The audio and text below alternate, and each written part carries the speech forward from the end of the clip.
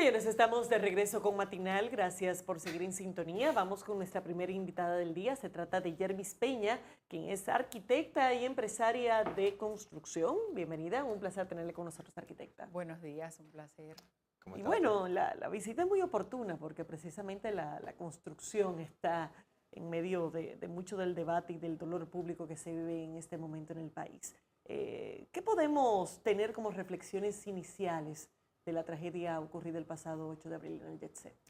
Mira, lamentablemente el tema de la tragedia nos lleva a un análisis profundo de cómo nosotros estamos cuidando y descuidando nuestras estructuras, nuestras edificaciones, cuál es la responsabilidad que estamos llevando más allá de la entrega de una obra construida. Hasta ahora, pues todas las normativas y las regulaciones se abocan a poder tener un juego de planos constructivos que opere al 100%, pero no hay una licencia de construcción. No sabemos efectivamente cómo quedan las obras civiles y si todo lo que se pone en plano se construye tal cual y cómo se lleva ese mantenimiento a través de los años. Y en sentido general, ¿qué podemos decir del proceso que se está llevando, ya viviéndolo desde la práctica? Porque en muchas ocasiones se siente un proceso muy burocrático, pero evidentemente no estamos logrando mayores garantías. El tema, por ejemplo, de los cambios de uso, sí hay un proceso. Si tú tienes ahora mismo una edificación que, ponte tú, es un hotel y lo quieres transformar a un edificio de oficinas, tienes que llevar un cambio de uso que debe de pasar por el ayuntamiento y por MIBET también. Y si no cuentas con los planos estructurales, como muchas veces pasa, porque la edificación pues tiene una cantidad de años o se perdieron con el cambio de obras públicas a MIBET, tienes que hacer lo que se llama un estudio de vulnerabilidad, que es hacer el levantamiento de toda esa estructura, escaneos, y volver otra vez a diseñar estructuralmente para esas nuevas demandas de cargas y de uso que puedan tener. Porque lo que nosotros tenemos que entender es que no podemos estar haciendo decisiones a la ligera con temas estructurales.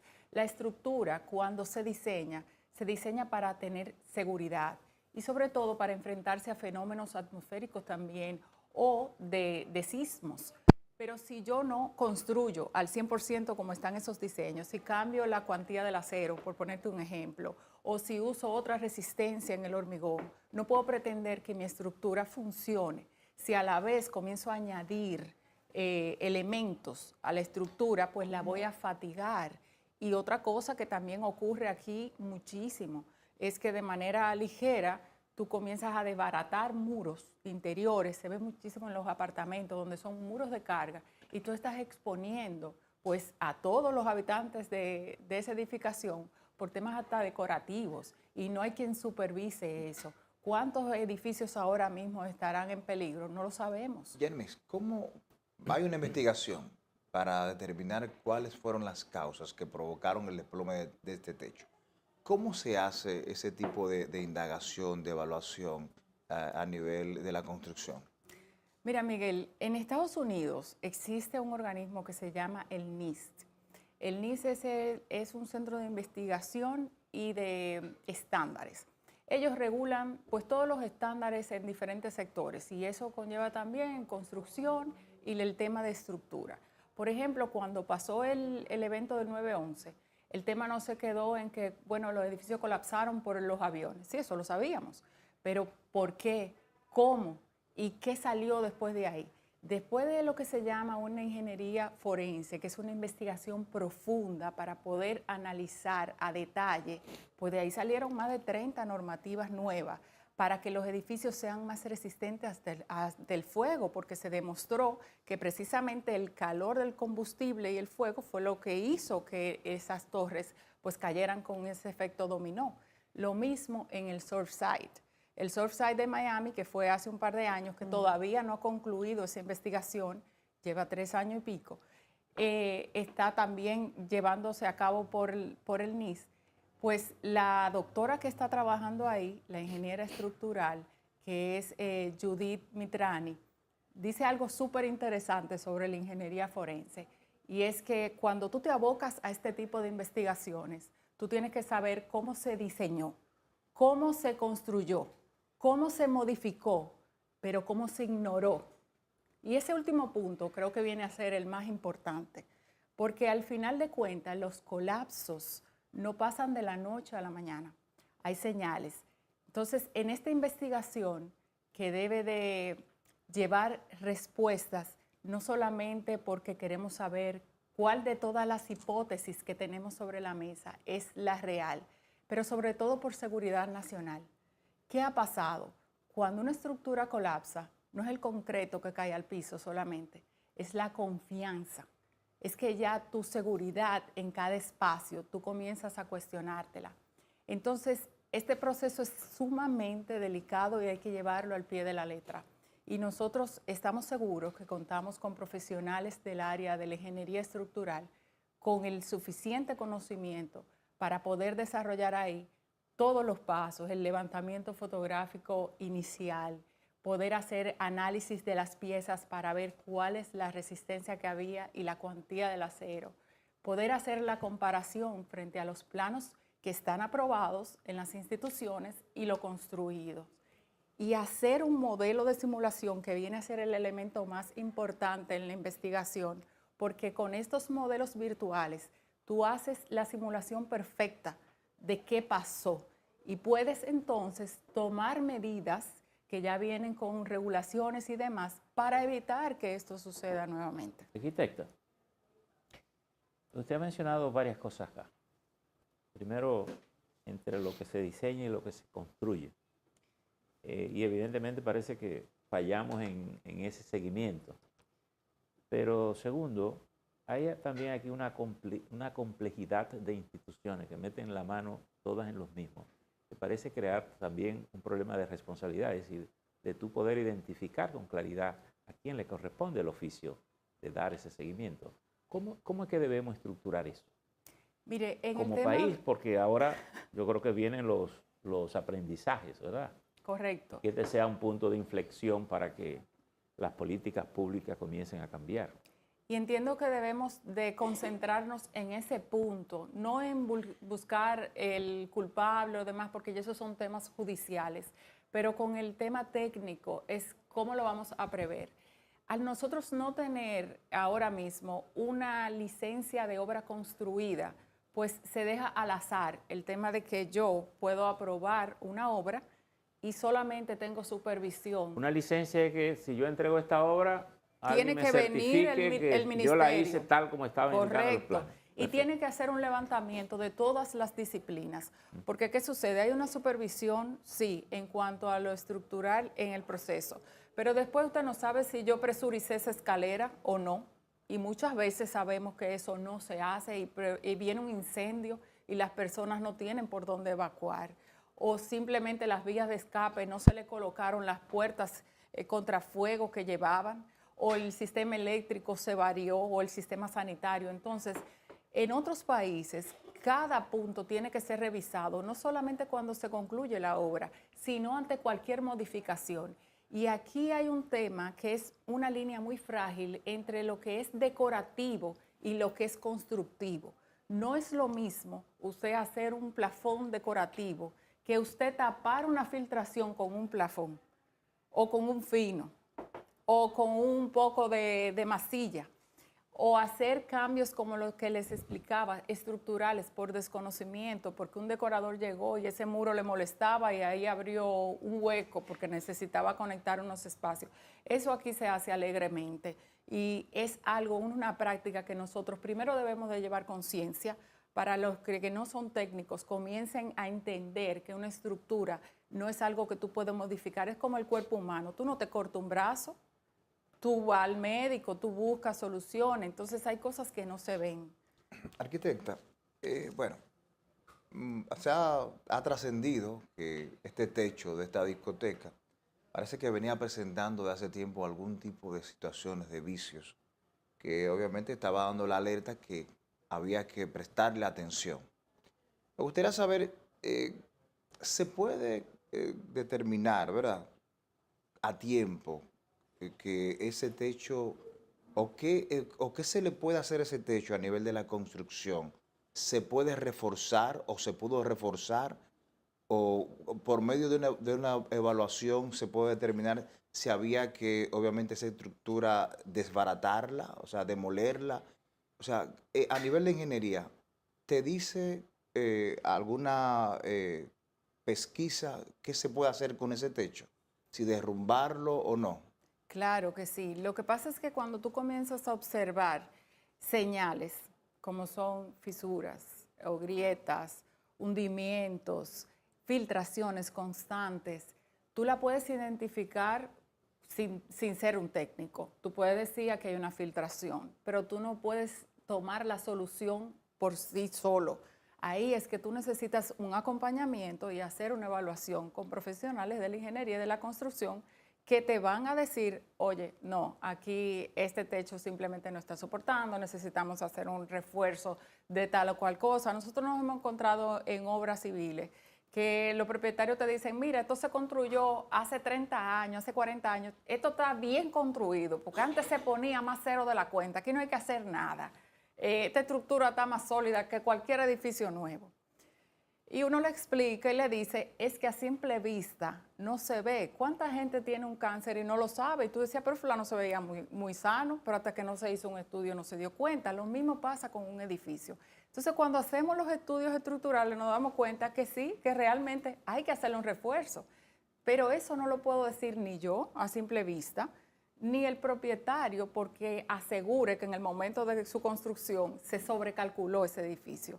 ¿Entiendes? Entonces, es una línea muy fina que entra en juego con el tema de los mantenimientos. Y aquí voy a aprovechar también para hablarte del tema de los ascensores. Nosotros estamos haciendo un desarrollo a nivel de ciudad masivo, construyendo torres, más y más torres, pero aquí no hay una certificación de inspección anual que deberían hacerse a los ascensores con un sello para tú garantizar que eso esté operando. ¿Tú sabes el peligro que corre una persona en un ascensor, así sea de 5 pisos, de 6 pisos?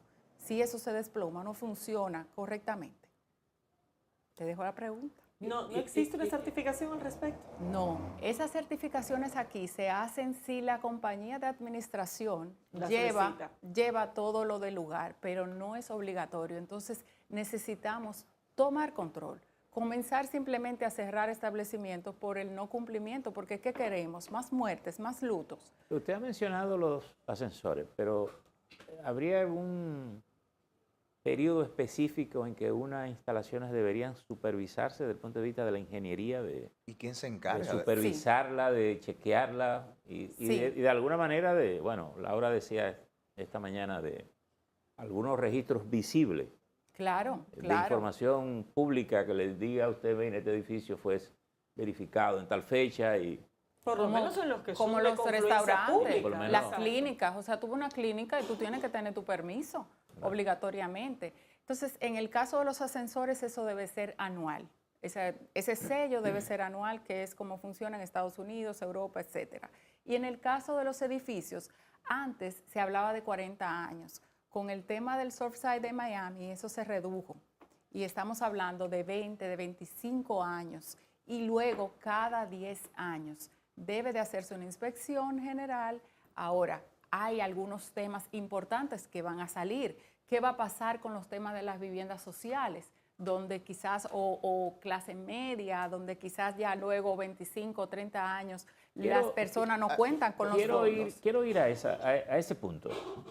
Este es un país muy influido por las construcciones informales. Entre obras que la levanta un maestro constructor y tal vez sin todas las prescripciones o arquitectónicas o de ingeniería estructurales.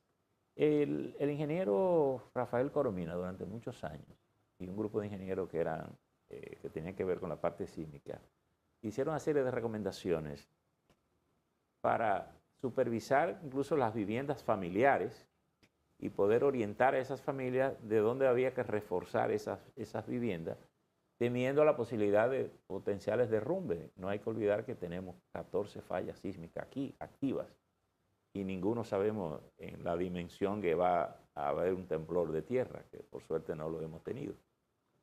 ¿Qué cosas pudiéramos hacer a nivel general para proteger esos bienes? Porque posiblemente un derrumbe colectivo deja en condiciones de damnificados a la mayoría de las familias dominicanas. En ese caso deberíamos trabajar para un fondo, para ciertas edificaciones, porque no solamente es detectarlo. Este tipo de intervenciones son costosas y cuando hablamos de clase media, clase baja, no van a poder enfrentarlo. Pero tenemos dos nichos. Tenemos un nicho que sí puede costearlo, pero probablemente no quiere cerrar operaciones. Y ahí hago un llamado de atención. Ellos incluso recomendaban en ese momento que esas intervenciones deberían hacerse también con la participación del sector financiero Correcto. y asegurador del país, porque al final, si yo soy una compañía aseguradora, lo que menos me interesaría es que la casa se derrumbe. Pero es algo que no se tiene sobre la mesa. Y, por ejemplo, en esta investigación del caso actual del Jet Set, no solamente tiene que ir la parte de la investigación que lleve a cabo el gobierno, también las aseguradoras tienen que investigar. También, pues, los familiares de las víctimas tienen pero que ya investigar. aquí tenemos una tragedia. Tenemos una El tragedia. asunto, la otra política es para prevenir la tragedia. Exactamente. Entonces, yo como propietaria, yo debo de cuidar este bien, Claro. porque es mi inversión. Pero si usted es propietario, yo diría, bueno, usted necesita 3 columnas aquí. Bueno, me cuesta y no tengo dinero. Pero el banco que le está financiando su casa dice, "No, yo aporto el financiamiento porque Exacto. al final usted lo va a pagar". Exacto. Sobre todo que cuando es un y la régimen de aseguradora. copropiedad, que es lo normal en un edificio, ahí viene el tema de que entonces hay que ponerse de acuerdo a ver cómo se cubre ese tipo de cosas. Y fue lo que pasó en Surfside. Ajá. Tenían 3 años negociando con diferentes entidades a ver quién iba a hacer la intervención estructural. Entonces, en Estados Unidos se está hablando de un fondo de ayuda o de exención de impuestos por los años en los que tú estés haciendo esa intervención. O sea, que lo que hay es que rejugar con algún modelo, pero debe de comenzar a implementarse. Arquitecta, ¿qué institución se encargaría de darle mantenimiento a los ascensores? No es de darle el mantenimiento, es de garantizar que tú tengas el sello de inspección. Ya Inspeccionar. el mantenimiento te lo puede dar Cualquier cualquiera de empresa. las empresas que suplen los De acuerdo. ascensores y entiendo que sería lo más sano, pero tiene que haber esa certificación, pero ayer. Otra pregunta, los edificios, sobre todo actuales, ¿deben de construirse con escaleras de emergencia por afuera, obligatoriamente? El código de construcción cambió hace unos años y no sé si tú te has fijado en la ciudad, hay muchas escaleras de emergencia que yo creo que ante un evento es más fácil que tú caigas por la escalera que por el posible incendio o la emergencia que se dé en el interior porque son de hierro, dimensiones muy estrechas, barandas muy bajitas y todo eso ya se reguló. Así que ahí sí, a nivel de planos y de aprobaciones y lo que exige la ley, son escaleras cerradas, 1, 2, 3, dependiendo del tamaño de la planta del edificio y de la cantidad de personas por el uso que se va a tener ahí y presurizadas para librarlas del humo en el caso de un incendio. Hay una Arquitecta, y en esta idea de poder iniciar, porque muchos de estos temas sería para iniciar en nuestro país, ¿cuál puede ser un punto de partida? Porque uno lo piensa y es abrumador, cómo uno da inicio a un proceso de inspeccionar ya un país construido completo, Sí. donde hemos tenido tanta negligencia acumulada que entonces posiblemente haya que revisarlo todo. Mira, yo iniciaría por el tema de los usos públicos y aprovechando el código de construcción que está a un pie de salir, comenzaría haciendo una práctica desde ahí, donde tenemos acumulamiento de personas, estadios y revisando también el tema de las evacuaciones porque aquí fue un evento de colapso, pero tenemos muchas estructuras y sabemos que nosotros todos frecuentamos muchos lugares en que si hubiera un incidente, ni tenemos el conocimiento porque no hay la señalización y estarán esas puertas abiertas para salir ante una emergencia, tampoco lo sabemos. Y existen, tampoco lo sabemos. Por ejemplo, en el 2003, cuando tembló la tierra que afectó la zona de Puerto Plata, se desprendió un techo completo de una escuela. Tuvimos la suerte que no habían niños, no era una hora de clase, pero pudieron haberse muerto todos, porque el techo se desprendió exactamente completo. Hay una oficina que se creó justamente para que tiene que ver con la infraestructura pública, para vigilar la escuela. De hecho, el actual presidente anunció que iban a vigilar o iban a supervisar las escuelas. Eso parece que no ha avanzado mucho. Pudiera comenzarse por ahí, porque ahí tenemos la tercera parte de la población sentada todos los días Claro, en las escuelas. claro, Y pero además la parte más joven. le doy una mala noticia. Ajá. Nosotros pensamos a veces en las escuelas públicas, son las que tienen deficiencia en la construcción, pero yo quiero decirle que las escuelas privadas y muchas escuelas que son muy costosas en sus anualidades han ido haciendo improvisaciones en sus estructuras y lamentablemente pues no han ido acompañadas del rigor de estudios Yo diría que eso hay que estructurales. incluirlo todo. Completamente. Que tenga una escuela que no tenga condiciones o la tiene que intervenir o hay que cerrarla. Es que se cambian los usos alegremente. O sea, de hecho, en zonas residenciales usted pasa y ve que ya esa casa no existe y que se hizo un edificio de oficina, se hizo un preescolar y por ahí no pasó ni la alcaldía Arquitecta. ni MIBET. Hay una pregunta de uno de nuestros televidentes por las redes sociales y pregunta, ¿un maestro constructor puede construir un edificio de 3 plantas sin la compañía de un ingeniero? No, es ilegal construir absolutamente nada, ni de 3, ni de 1, ni una habitación, sin la aprobación del MIBET. De un plano. No importa el Pero eso es lo que tamaño, más se tiene ve, que los tener, los planos los tiene que suscribe tener un un miembro del juego de CODIA. plano de construcción firmado por Pero un eso es el día a representante del CODIA. día, sobre todo en los barrios. Es ilegal. ¿Y qué vamos a hacer con eso entonces, gente? Tenemos ¿Qué hace falta tenemos para...? que seguir avanzando, pero nosotros entiendo que debemos de ir llevando los temas uno a uno y tratar de ver cómo lo vamos enfrentando. Y la realidad es que se ha avanzado. De hecho, un maestro constructor, Bastante. para ese amigo que pide ese asunto, lo único que hace es construir lo que está en el diseño, bajo la supervisión del que es responsable de la veces no hay obra, del plano. ingeniero, el asunto. Ella- Lo que está A en el veces no hay plano. plano, A a veces veces- es por propia Claro. experiencia. Y así que se construye en la mayoría de los barrios sin ningún tipo de planificación. Es ilegal, es inseguro y te recuerdes de que sobre todo estamos bregando con vidas humanas. O sea, los edificios no se construyen para estar ¿Qué vacíos. nos deja esta tragedia, arquitecta?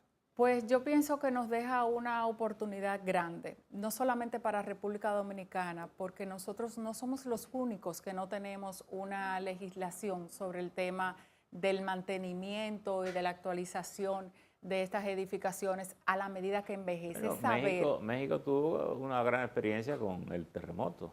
correcto, y todavía tiene zonas que no tienen Exacto. esa O supervisión. Managua, que no ha podido recuperar jamás. Latinoamérica está totalmente O el caso haitiano. ciego. Haití, Puerto Rico incluso, tampoco la tiene.